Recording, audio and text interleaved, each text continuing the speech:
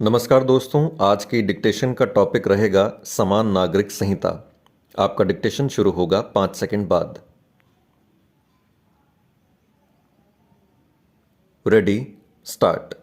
भारतीय संविधान के भाग 4 के अंतर्गत अनुच्छेद 44 के अनुसार भारत के समस्त नागरिकों के लिए एक समान नागरिक संहिता का प्रावधान है।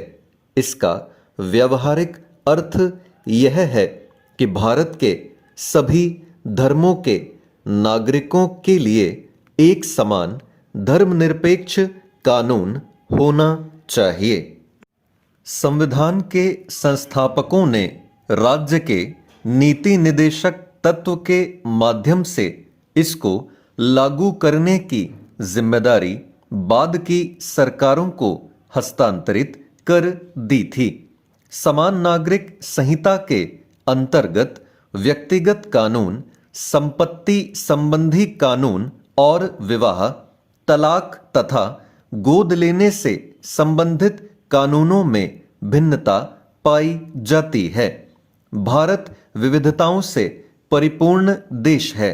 यहाँ अनेक जातियां, धार्मिक संप्रदाय, संस्कृतियां एवं विभिन्न भाषाई समुदाय कई सौ वर्षों से रहते आए हैं।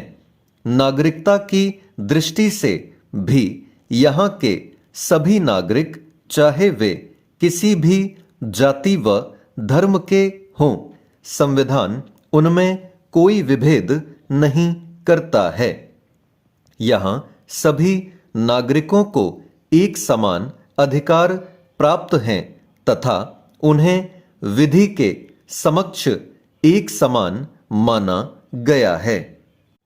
इसी प्रकार उन्हें आजीविका इत्यादि के लिए समान अवसर उपलब्ध कराए गए हैं।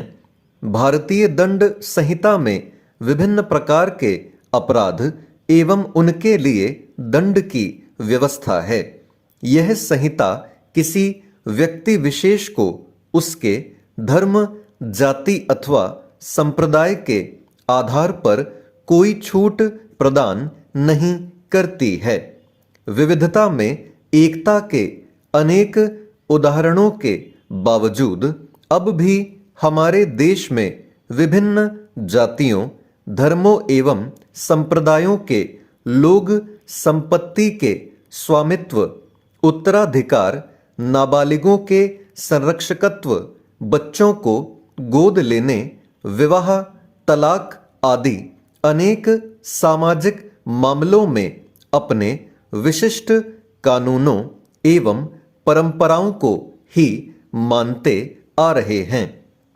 इस वैविध्यपूर्ण स्थिति को समाप्त करने तथा सभी प्रकार के मामलों को एक प्रकार के कानून में आच्छादित करने के लिए समान नागरिक संहिता की मांग काफी समय से की जा रही है। सितंबर 2019 में कहा गया कि सरकार समान नागरिक संहिता लागू करने में असफल रही है। सर्वोच्च न्यायालय का यह कथन समान नागरिक संहिता की आवश्यकता को अभिव्यक्त करता है। संविधान के निर्माण के समय भारत के राज्य क्षेत्र की वैविध्यपूर्ण स्थिति पर विशेष ध्यान देते हुए संविधान में कई व्यवस्थाएं की गई थीं।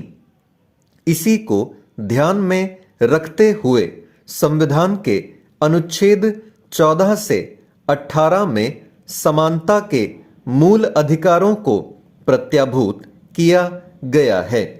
इन अनुच्छेदों में यह भावना निहित है कि राज्य किसी व्यक्ति के साथ धर्म, मूलवंश, लिंग, जाति तथा निवास के आधार पर कोई विभेद नहीं करेगा।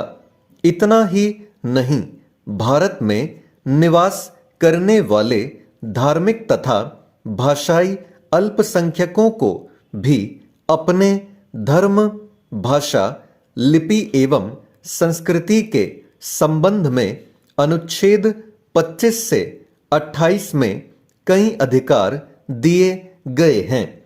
संविधान में समानता तथा धार्मिक एवं भाषाई स्वतंत्रता के अधिकार प्रत्याभूत करने के बावजूद यह अनुभव किया गया था कि भारत के राज्य क्षेत्र के निवासियों के लिए एक समान कानून हो तो यह भारत की एकता एवं अखंडता के लिए और भी उत्तम होगा। स्टॉप।